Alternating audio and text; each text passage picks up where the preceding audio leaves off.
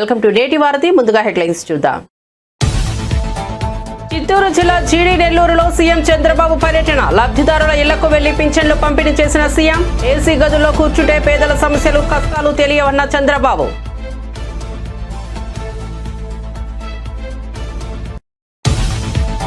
కాంగ్రెస్ నుంచి Teenmar Mallanna suspension. Teenmar మల్లన్నను suspend చేసిన క్రమశిక్షణ కమిటీ. పార్టీ వ్యతిరేక చర్యలపై వివరణ కోరిన కమిటీ. అన్ని అంశాలు పరిశీలించాకే తీర్మార్ మల్లన్న సస్పెండ్ చేశామన్న పీసీసీ చీఫ్. కులగణన పత్రాలు తగలబెట్టడం తీవ్రంగా పరిగణించామని వెల్లడి. అబద్దాలు చెప్పినంత మాత్రాన కాంగ్రెస్ పై వ్యతిరేకత తగ్గదన్న కిషన్ రెడ్డి. రాష్ట్రంలో కేంద్రం చేపట్టిన 10 లక్షల కోట్ల విలువైన పనులను ఇప్పటికే వివరించామన్న నేను ఇతర కేంద్ర మంత్రులను బెదిరించారని దిగజారుడు మాటలు మాట్లాడారని ఆవేదన. కాంగ్రెస్ ప్రభుత్వ హయాంలో కొట్టుకుపోయినవి కూలిపోయిన వాటికి లెక్కే లేదన్న కేటీఆర్. హైదరాబాద్ తెలంగాణ భవన్ లో మాట్లాడిన మాజీ మంత్రి కేటీఆర్. మంచిని మైక్లో చెబుతామంటే ఈ ప్రభుత్వం చేసిన మంచి ఒకటి లేదని ఎద్దేవా.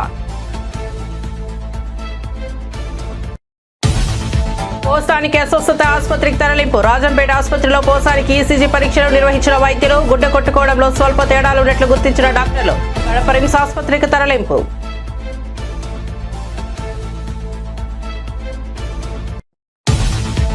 పోలీస్ శిక్షణ కేంద్రంలో సబ్ ఇన్స్పెక్టర్ల పాసింగ్ అవుట్ పరేడ్. అనంతపురం ముఖ్య అతిథిగా హాజరైన హోంశాఖ మంత్రి వంగల్పూడి అనిత. శిక్షణ పూర్తి చేసుకున్న 394 మంది ఎస్ఐలు.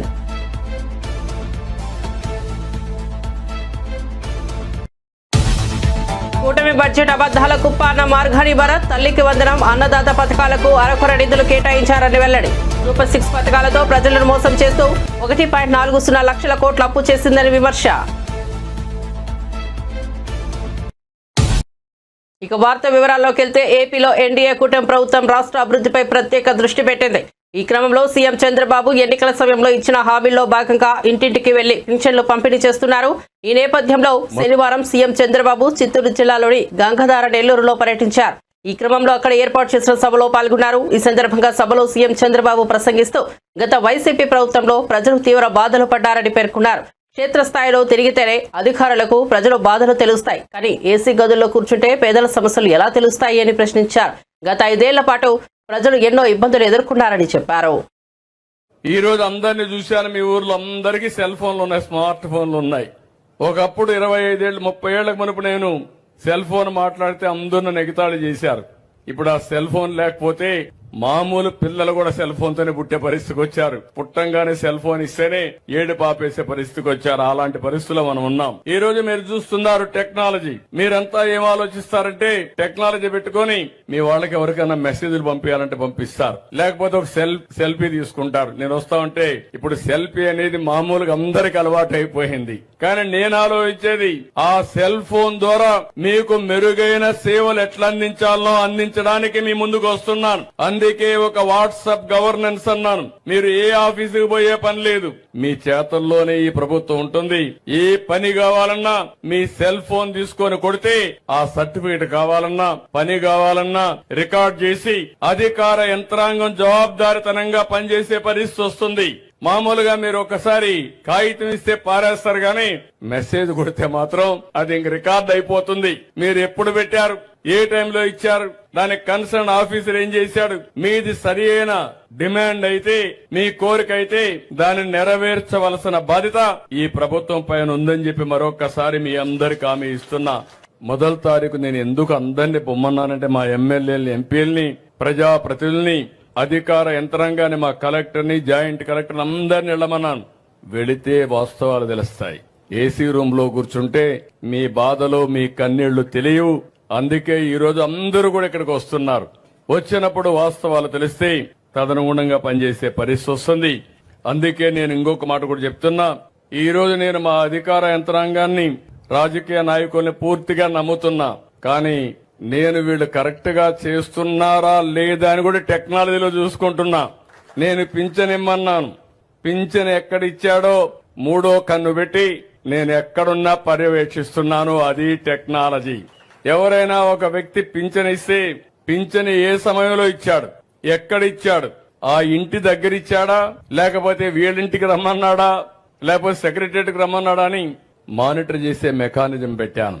దీనివల్ల ఎవ్వరు కూడా తప్పించుకోలేరు. ఈ రోజు మీరు చూస్తే 7 గంటలకు ప్రారంభించాం, 10-11 గంటలకు 10కే 80% పింఛన్లు డిస్ట్రిబ్యూట్ చేశారంటే మనస్ఫూర్తిగా అధికార యంత్రాంగాన్ని అభినందిస్తున్నా. పేదవాళ్లకు మీరు అండగా ఉండండి, మీకు తోడుగా నేను ఉంటానని అధికార యంత్రాంగాన్ని కూడా విజ్ఞప్తి చేస్తున్నా. నాకు కావాల్సింది ఒకటే, ఈ పేదవాళ్ల జీవితాల్లో వెలుగు రావాలి. మీరు ఆనందంగా ఉంటే చూడాలని ఏకైక కోరిక తప్ప నాకు ఇంకొక కోరిక లేదు. ఈ రోజు నేను వచ్చిన కార్యక్రమం మీరు చూస్తే భారతదేశంలోనే ఎక్కడా ఇంత పెద్ద కార్యక్రమం లేదు. ప్రతి ఒక్క వ్యక్తి మీరు గుర్తుపెట్టుకోవాలి. ముఖ్యమంత్రి రేవంత్ రెడ్డిపై కేంద్ర మంత్రి కిషన్ రెడ్డి ఆగ్రహం వ్యక్తం చేశారు. శనివారం నాంపల్లిలోని పార్టీ కార్యాలయంలో కిషన్ రెడ్డి మీడియాతో మాట్లాడారు. సహనం, అవగాహన లేకుండా రేవంత్ వ్యవహరిస్తున్నారని మండిపడ్డారు. తెలంగాణ అభివృద్ధిపై కేంద్రంతో మాట్లాడుతున్నానని, ఇప్పటికే ఎన్నో నిధులు తీసుకొచ్చారని అన్నారు. ఎన్నికల వేళ ఇచ్చిన 6 గ్యారంటీలను అమలు చేయడంలో కాంగ్రెస్ ప్రభుత్వం విఫలం చెందిందని అన్నారు. దానిని కప్పిపుచ్చుకునేందుకే బీజేపీపై ఎదురుదాడి చేస్తున్నారని విమర్శించారు. మమ్మల్ని బ్లాక్మెయిల్ చేసినంత మాత్రాన రేవంత్ కాంగ్రెస్ పై ఉన్న వ్యతిరేకత తగ్గదని కిషన్ రెడ్డి కీలక వ్యాఖ్యలు చేశారు.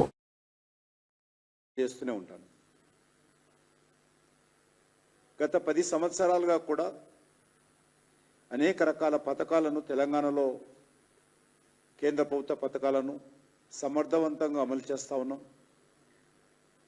కొన్ని కేంద్ర ప్రభుత్వ పథకాలలో రాష్ట్ర ప్రభుత్వం సహకారం అందివని కారణంగా కొన్ని అమలు చేయలేకపోయాం. అవి పంటల బీమా పథకం కావచ్చు, ఆయుష్మాన్ భారత్ కావచ్చు, ఆ రకంగా కొన్ని అమలు చేయలేకపోయాం.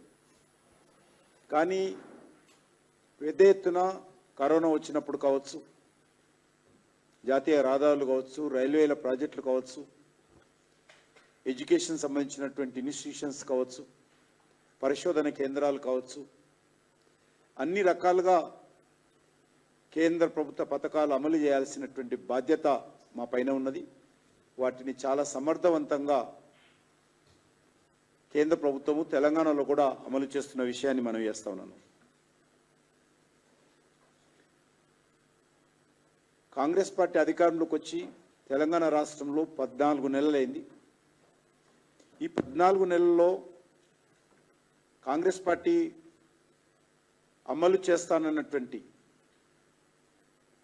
6 గ్యారెంటీలు 100 రోజుల్లో,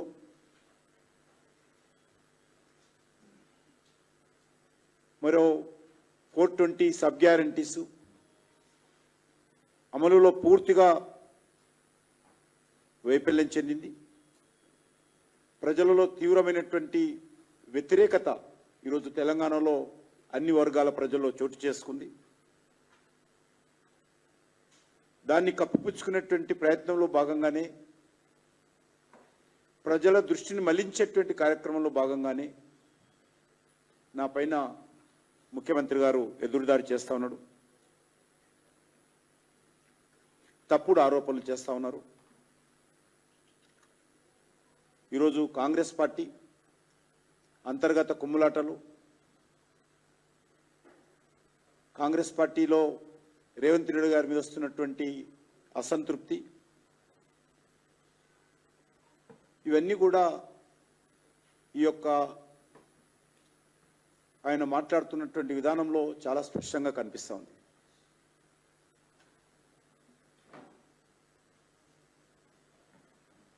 భారతీయ జనతా పార్టీనో మమ్మల్ని బ్లాక్మెయిల్ చేసినంత మాత్రాన, బెదిరించినంత మాత్రాన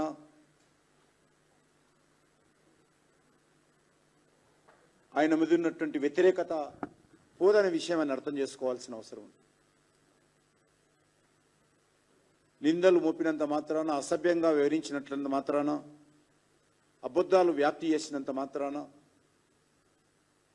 ప్రజల్లో కాంగ్రెస్ మీద వ్యతిరేకత తగ్గదన్న విషయాన్ని నేను ఈ సందర్భంగా మనవిస్తాను. కాంగ్రెస్ నుంచి తీర్మాన్ మల్లన్నను సస్పెండ్ చేయడంపై క్రమశిక్షణ కమిటీ ఆదేశాలు జారీ చేసింది. పార్టీ వ్యతిరేక చర్యలపై వివరణ కోరిన కమిటీ అన్ని అంశాలను సవివరంగా పరిశీలించిన తర్వాతే ఈ నిర్ణయం తీసుకున్నట్లు పీసీసీ చీఫ్ వెల్లడించారు. ఇటీవల కులగణన పత్రాలు తగలబెట్టడం ఘటనను పార్టీ అత్యంత తీవ్రంగా పరిగణించినట్లు తెలిపారు.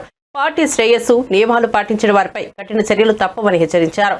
మల్లన్న సస్పెన్షన్స్ పై కార్యకర్తలు, నేతల్లో కలకలం రేగింది. త్వరలోనే దీనిపై పూర్తి వివరాలతో అధికారిక ప్రకటన వెలువడనుంది. ఈ నిర్ణయం తర్వాత మల్లన్న తదుపరి రాజకీయ ప్రస్థానంపై ఉత్కంఠ నెలకొంది. అది అందరికీ వర్తిస్తుంది. ఇంతకన్నా ఘోరంగా కమెంట్స్ చేసుకున్న వాళ్ళు, బూతులు తిట్టుకున్న వాళ్ళు కూడా పార్టీలో ఉన్నారు. కానీ తన మీద వై అని ఆయన క్వశ్చన్ చేస్తున్నారు. ప్రభుత్వము రాహుల్ గాంధీ గారి ఆశయం తెలంగాణ ప్రభుత్వం ఇంప్లిమెంట్ చేస్తే నేను ఆ భాష వాడిన కానీ ఆయన వాడిన భాష ఆ కాయిదాలను చింపేసి తీరు పట్ల ఏఐసీ చాలా తీవ్రంగా పరిగణించారు. సస్పెన్షన్ల విషయంలో రెడ్ల పట్ల అంటే ఓసీ సామాజిక వర్గానికి సంబంధించిన నేతల పట్ల కులము మతము పార్టీ క్రమశిక్షణ ముందు కులము మతము పనిచేయదు. పెద్ద చిన్న తారతమ్యం ఉండదు. పార్టీ లైన్ దాటినప్పుడు ఎంతటి వారిపైన క్రమశిక్షణ ఉంటాయి. మల్లన్న విషయంలో మొదటి నుంచి కూడా చాలా విషయాల్లో ఆయనకి మందలిస్తూ వచ్చినాము. ఇది పద్ధతి మంచిది కాదని చెప్తూ వచ్చినాము. గాంధీ భవన్ వేదికగా జరిగిన కాంగ్రెస్ విస్తృత సమావేశంలో సీఎం రేవంత్ రెడ్డి కీలక వ్యాఖ్యలు చేసిన విషయం తెలిసిందే. నేతలంతా మంచిగా ఉంటే బహిరంగంగా చెప్పాలి, చెడు ఉంటే చెవిలో చెప్పాలి. కానీ దీనికి అందరూ భిన్నంగా చెడును మైకుల్లో చెబుతున్నారు, మంచిని చెవిలో చెబుతున్నారని సొంత నేతలపై మండిపడ్డారు. ఇక నుంచి ఎవరూ అలా ప్రవర్తించకూడదని అన్నారు. తాజాగా సీఎం రేవంత్ రెడ్డి వ్యాఖ్యలపై బీఆర్ఎస్ వర్కింగ్ ప్రెసిడెంట్ మాజీ మంత్రి కేటీఆర్ స్పందించారు. శనివారం తెలంగాణ భవన్లో కేటీఆర్ సమక్షంలో రంగారెడ్డి జిల్లాకు చెందిన పలువురు కాంగ్రెస్ నాయకులు బీఆర్ఎస్ పార్టీలో చేరారు. వారికి కేటీఆర్ కండువా కప్పి ఆహ్వానించారు. అనంతరం ఆయన మాట్లాడుతూ అతి త్వరలో రాష్ట్రంలో ఉప ఎన్నికలు రాబోతున్నాయని సంచలన ప్రకటన చేశారు.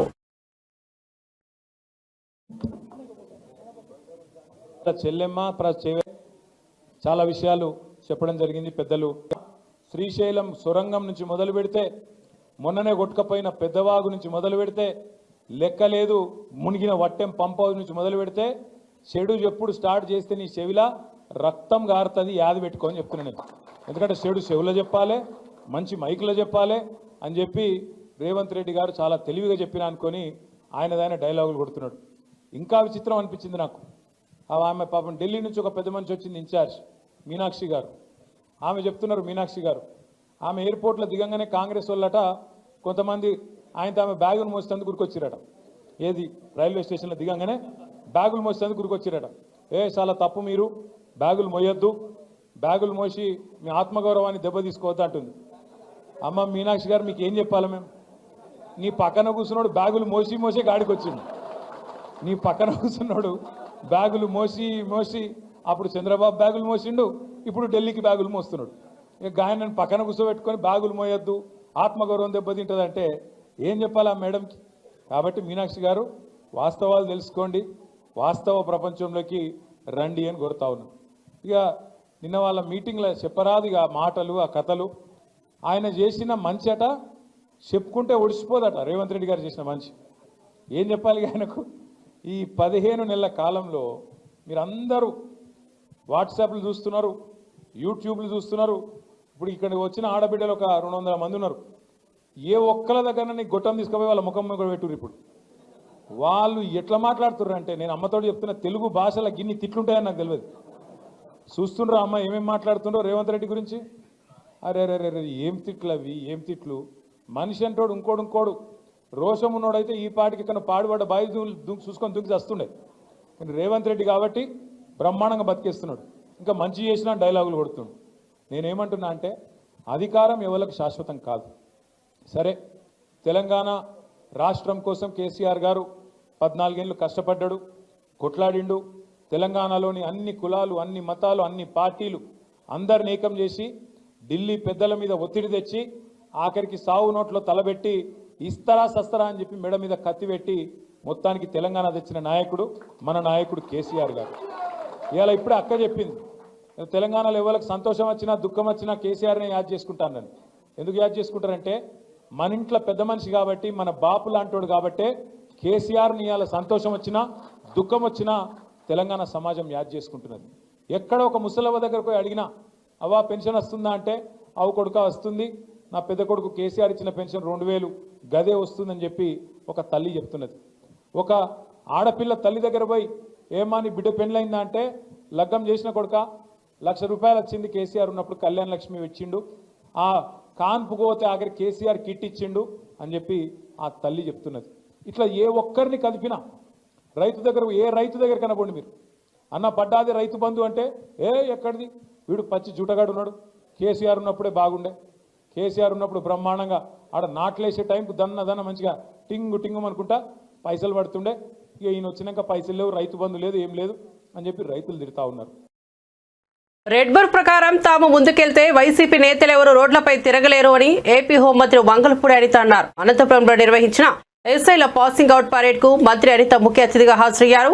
పరేడ్ ముగిసిన అనంతరం మీడియాతో మాట్లాడుతూ తప్పు చేస్తే ఎంతటి వారైనా చట్టం నుంచి తప్పించుకోలేరని ఏపీ హోంమంత్రి వంగలపూడి అనిత హెచ్చరించారు. సమాజంలో విద్వేషాలు రెచ్చగొట్టేలా మాట్లాడేవారని ఎట్టి పరిస్థితుల్లో ఉపేక్షించబోమని పేర్కొన్నారు. వైఎస్ఆర్సీపీ నేత నటుడు పోసాని కృష్ణమురళి గతంలో అత్యంత దారుణంగా మాట్లాడినందుకే కేసులు నమోదయ్యాయని తెలిపారు. పోసానికి స్క్రిప్ట్ ఎవరిచ్చినా అనుభవించేది మాత్రం ఆయనేనని స్పష్టం చేశారు. అంతర్హృదయం గురించి మాట్లాడే గోరంట్ల మాధవ్ తమ పార్టీలో జరుగుతున్న అంతర్హృదయం గురించి ముందు ఆలోచించాలని హితవు పలికారు. పరమైన చర్యలు తీసుకోవడానికి ఎక్కడా కూడా బ్యాక్ స్టెప్ వేసే పరిస్థితి అయితే ఉండదు. ఒకటి మాత్రం చాలా క్లియర్గా గుర్తుంచుకోవాలి, ఇది మీ గవర్నమెంట్ కాదు. నోటికి వచ్చినట్టు బూతులు మాట్లాడతాము, నోటికి వచ్చినట్టు ఏది మాట్లాడినా చెల్లుబాటు అయిపోతుంది, మమ్మల్ని ఎవడు ఏమి చేయలేడు అనుకునే గవర్నమెంట్ కాదు. ఇది ఎన్డీఏ గవర్నమెంట్. ఎన్డీఏ గవర్నమెంట్లో తప్పు చేసిన వాడు ఎవడైనా కూడా శిక్ష ఒకలాగే ఉంటుంది. నువ్వు నోటికి వచ్చినట్టు రెచ్చగొట్టే విధంగా మాట్లాడతాము, దానికి మాకు సంబంధం లేదు, మీరు మమ్మల్ని ఏమి చేయలేరంటే కనుక ఊరికనే ప్రసక్తి అయితే ఉండదు. లీగల్గా అడ్వైస్ తీసుకుంటాము, డెఫినెట్గా చట్టపరమైన చర్యలు అయితే తీసుకుంటాం. స్క్రిప్ట్ ఎవరితో చదివినా శిక్ష అయితే అతనికే కదా పడుతుంది. అనుభవించే రాజు ఆయనే కదా, అది వేరే కదా. అది ఏదైనా చదవచ్చు, కానీ అనుభవించే రాజు ఆయనే కదా అవుతున్నాడు. ఓకేనండి, నేను ఒకటి అడుగుతున్నానండి మిమ్మల్ని, డైరెక్ట్ క్వశ్చన్. పోసాని మాటల్ని టాలరేట్ చేసి అయ్యో పాపం అనుకునే ఒక్క మనిషిని తీసుకురండి, మేము ఆలోచిస్తాం ఒకసారి మాట్లాడడానికి. పోసాని మాటలు ఇష్టానుసారంగా మాట్లాడిన తర్వాత సభ్య సమాజం తలదించుకునే విధంగా సాధారణంగా అనకూడదు, కానీ ఇల్లిటరేట్స్ కూడా అలాంటి మాటలు మాట్లాడుకోరు. సో అవతల వాళ్ళకి మనోభావాలు దెబ్బతిన్నాయి, వాళ్ళ ఆత్మగౌరవాలు దెబ్బతిన్నాయి. పోలీస్ కేసు పెట్టారు, యాజ్ పర్ లా మేము వెళ్ళాం. ఇందులోని టార్గెటెడ్ ఏముంది? వాళ్ళు ఏం మాట్లాడలేదా? వాళ్ళు అటువంటి కామెంట్స్ చేయలేదా? మరి ఇంతకు ముందు మా మీద కేసులు పెట్టిన కేసులని ఎప్పుడు అండి? చంద్రబాబు నాయుడు గారికి మీద కేసు పెట్టారు కదా, అది ఎప్పుడు? అది 53 రోజులు తైల్లో పెట్టారు చంద్రబాబు నాయుడు గారిని తీసుకెళ్ళి ఆ రోజు. అంటే ఒకటి ఎప్పుడు కాదు, మాకు మాకు వచ్చింది, కేసు వచ్చింది, మేము యాక్షన్ తీసుకోవాలి, డెఫినెట్గా తీసుకుంటాం.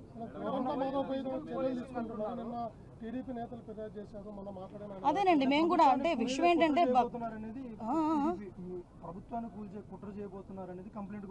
అంటే అదేనండి ఇందాక మీకు చెప్పాను, ఏది పడితే అది మాట్లాడడానికి అవ్వదండి. డెఫినెట్గా నీకైతే వాక్ స్వాతంత్రం ప్రజాస్వామ్యంలో అంబేద్కర్ గారు ఇచ్చారు, కానీ ఎలా పడితే అలా మాట్లాడమని ప్రజాస్వామ్యంలోని కూడా రాజ్యాంగంలో కూడా లేదు. అంటే అవతల వాళ్ళని రెచ్చగొట్టే విధంగా మాట్లాడడం కానీ, ప్రభుత్వాలని రెచ్చగొట్టే విధంగా మాట్లాడడం కానీ, ప్రజలను రెచ్చగొట్టే విధంగా మాట్లాడే పరిస్థితులు ఉంటే కనుక కంపల్సరీగా చట్టపరమైన చర్యలు తీసుకుంటాం.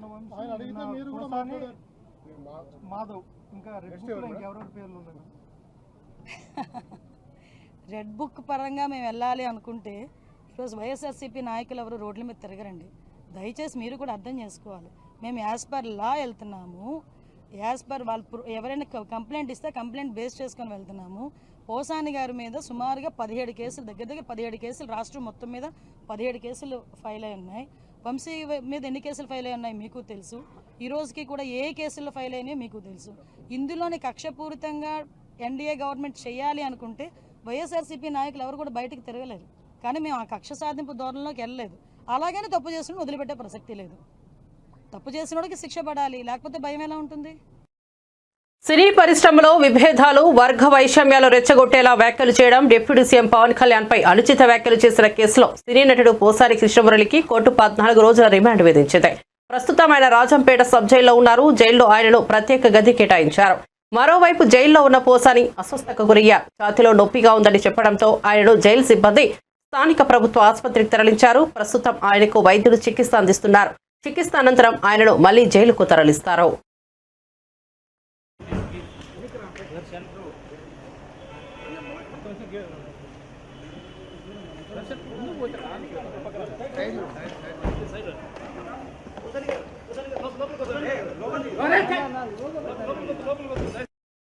కూటమి ప్రభుత్వం ప్రవేశపెట్టిన బడ్జెట్ అబద్ధాల కుప్పగా, చంద్రబాబు మోసాలకు ప్రతిరూపంగా ఉందని వైఎస్ఆర్సీపీ రాష్ట్ర అధికార ప్రతినిధి మాజీ ఎంపీ మార్గాని భరత్ ఆక్షేపించారు. ఎన్నికల ముందు చంద్రబాబు చెప్పిన మాటలకు ఇప్పుడు కేటాయింపులకు పొంతన లేకుండా బడ్జెట్ రూపొందించారని, ఇదంతా సూపర్ 6 పథకాల అమల్లో ప్రజలను మోసం చేయడంలో భాగమేనని ఆయన ఆరోపించారు. తల్లికి వందనం, అన్నదాత సుఖీభవ పథకాలకు అరకొర నిధులు కేటాయించడం చూశాక వాటిని కూడా సక్రమంగా అమలు చేయరన్నది స్పష్టమవుతోందని రాజమహేంద్రవరంలో మీడియాతో మాట్లాడిన మార్గాని భరత్ చెప్పారు. సెకండ్ ఇయర్ దాకా చూస్తే లెక్కలు చూసుకుంటే డేటా తీసుకుంటే 87 లక్షల మంది వస్తూ ఉన్నారు సుమారుగా. మరి 87 లక్షలు ఇంటూ 15,000 రూపాయలు చొప్పున చూసుకుంటే సుమారుగా 12,900 కోట్ల రూపాయలు, 600 నుంచి 900 కోట్లు రమారమి వస్తూ ఉంది. కానీ మీరు బడ్జెట్లో కేటాయించింది 9,400 కోట్లని మీరు చెప్తూనే అలొకేషన్స్ దగ్గర లోపల పేజీ లోపలికి వెళ్తే 8,300 కోట్లు వస్తుంది. అంటే ఇక్కడ మీరు సుమారుగా 3,800 కోట్ల రూపాయలు కోత పెట్టారు. అంటే మీరు ఏ పిల్లల్ని మీరు అందులోంచి తీసేద్దామని అనుకుంటా ఉన్నారు? మీరు చెప్పారు కదా ప్రతి ఇంటింటికి కూడా వెళ్ళి ఇగో నీకు 15,000 నీకు 15,000 అని చెప్పారు కదా, మరి ఎందుకు చేయట్లేదని అడుగుతా ఉన్నాం. ఇది 2వ సంవత్సరం, అంటే బడ్జెట్ 2వ సంవత్సరం. అంటే మీ ప్రభుత్వానికి ప్రజలు ఇచ్చింది 5 సంవత్సరాలు అయితే 2 సంవత్సరాలకు సంబంధించి ఈ బడ్జెట్లో కేవలం మీరు ఇచ్చిన సూపర్ 6లో 2 హామీలు మటుకే వాళ్ళు కనబడతా ఉన్నాయి. పోనీ అది కూడా పూర్తి స్థాయిలో ఇస్తున్నారంటే అది కూడా కనబడట్లా. 3వ హామీ దగ్గరకు వచ్చేసరికి నిరుద్యోగ భృతి 20 లక్షల మందికి మీరు జాబ్లు ఇస్తానని చెప్పారు. ఎక్కడికి వెళ్ళిపోయినాయి ఈ జాబ్లు? మేము అడుగుతా ఉన్నాం, ప్రశ్నిస్తూ ఉన్నాం.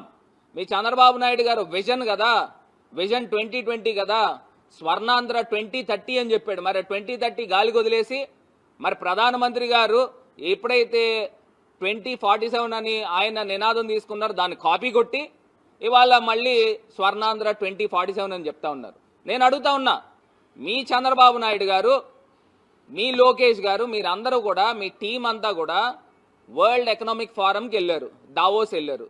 మరి చంద్రబాబు నాయుడు గారికి అంత పెద్ద గొప్ప విజనే ఉంటే ఏమైంది? ఒక్క రూపాయి అయినా ఎంఓయూ చేశారా అని వాళ్ళు మేము ప్రశ్నిస్తున్నాము.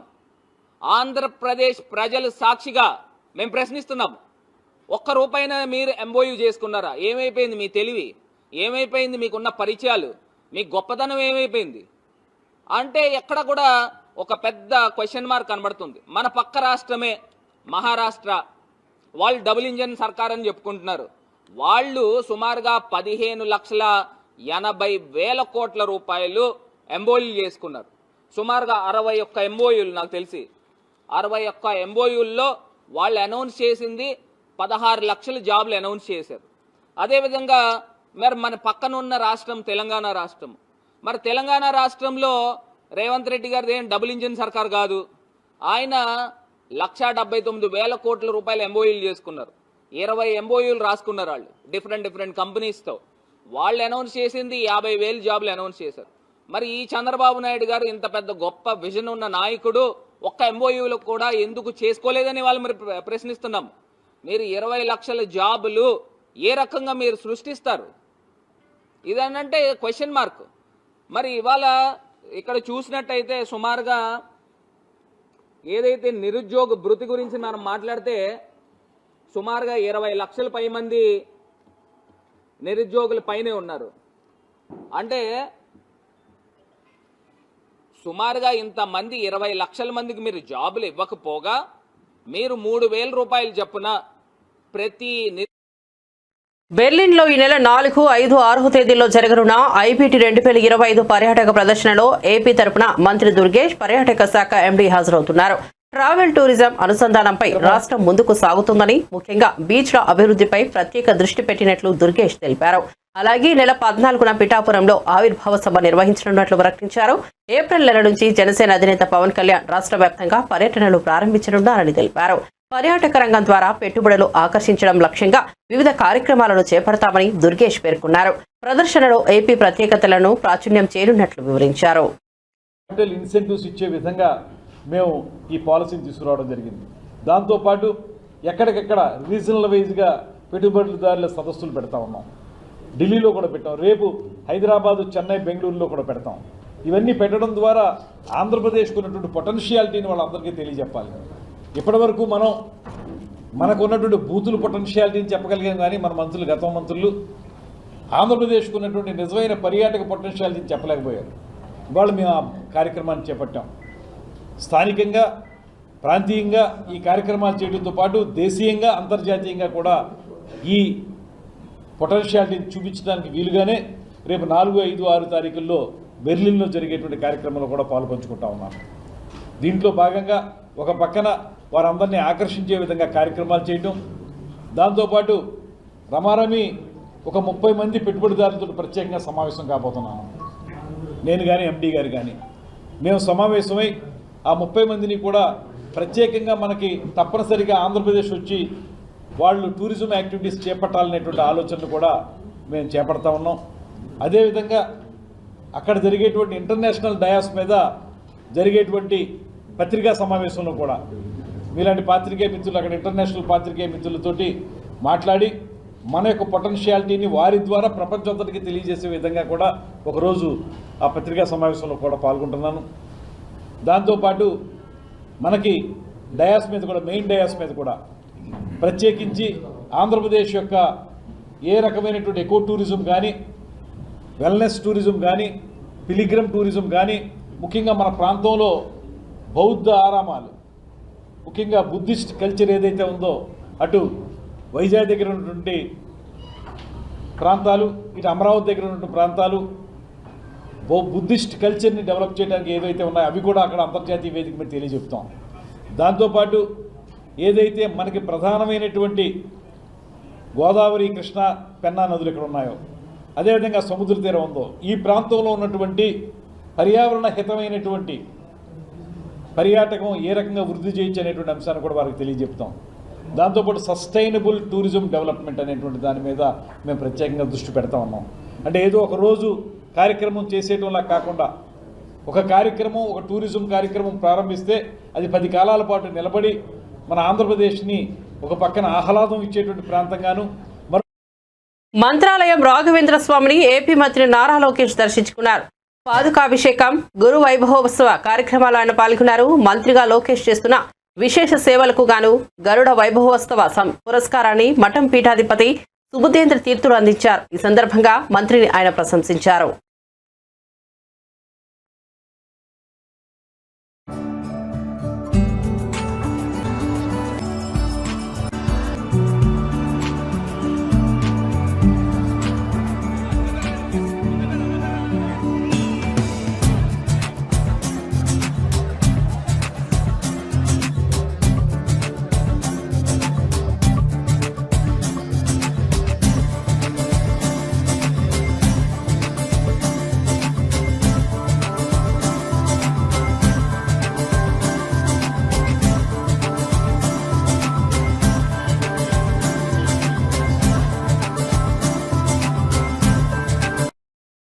ప్రతి నెల 1వ తేదీ పండుగలా ఉంటుందన్నారు మంత్రి నారాయణ. రాష్ట్రంలో 60 లక్షల మందికి పింఛన్లు అందుతున్నాయని తెలిపారు.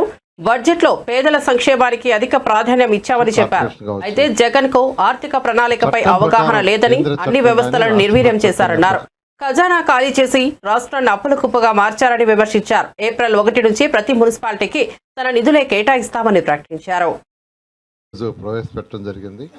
మీకు అందరికీ తెలిసిందే, గత ప్రభుత్వం ఫైనాన్షియల్ డిసిప్లిన్ లేక అసలు ఆర్థిక వ్యవస్థని ఎలా ఒక రాష్ట్రాన్ని నడపాలనే ఆలోచన కానీ, ఒక ప్లాన్ కానీ ఏమీ లేకుండా ఆర్థిక వ్యవస్థ మొత్తం అతలాకు. బులెటిన్ ముగించే ముందు హెడ్లైన్స్ మరోసారి చూద్దాం. చిత్తూరు జిల్లా జీడి నెల్లూరులో సీఎం చంద్రబాబు పర్యటన. లబ్ధిదారుల ఇళ్లకు వెళ్లి పింఛన్లు పంపిణీ చేసిన సీఎం. ఏసీ గదుల్లో కూర్చుంటే పేదల సమస్యలు, కష్టాలు తెలియవన్న చంద్రబాబు.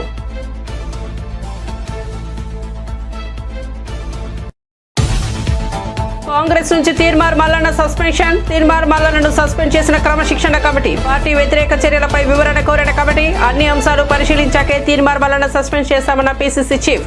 కులగైన పత్రాలు తగలబెట్టడం తీవ్రంగా పరిగణించామని వెల్లడి. అబద్ధాలు చెప్పినంత మాత్రాన కాంగ్రెస్ పై వ్యతిరేకత తగ్గదన్న కిషన్ రెడ్డి. రాష్ట్రంలో కేంద్రం చేపట్టిన 10 లక్షల కోట్ల విలువైన పనులను ఇప్పటికే వివరించామన్న. నేను ఇతర కేంద్ర మంత్రులను బెదిరించారని, దిగజారుడు మాటలు మాట్లాడారని ఆవేదన. కాంగ్రెస్ ప్రభుత్వ హయాంలో కొట్టుకుపోయినవి, కూలిపోయిన వాటికి లెక్కే లేదన్న కేటీఆర్. హైదరాబాద్ తెలంగాణ భవన్ లో మాట్లాడిన మాజీ మంత్రి కేటీఆర్. మంచిని మైక్లో చెబుతామంటే ఈ ప్రభుత్వం చేసిన మంచి ఒకటి లేదని ఎద్దేవా. పోసానికి అస్వస్థత ఆసుపత్రికి తరలింపు. రాజంపేట ఆసుపత్రిలో పోసానికి ఈసీజీ పరీక్షలు నిర్వహించిన వైద్యులు గుడ్డ కొట్టుకోవడంలో స్వల్ప తేడాలు ఉన్నట్లు గుర్తించిన డాక్టర్లు కడప రిమ్స్ ఆసుపత్రికి తరలింపు.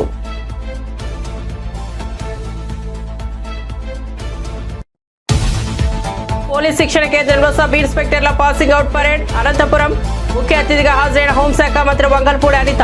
శిక్షణ పూర్తి చేసుకున్న 394 మంది ఎస్ఐలు.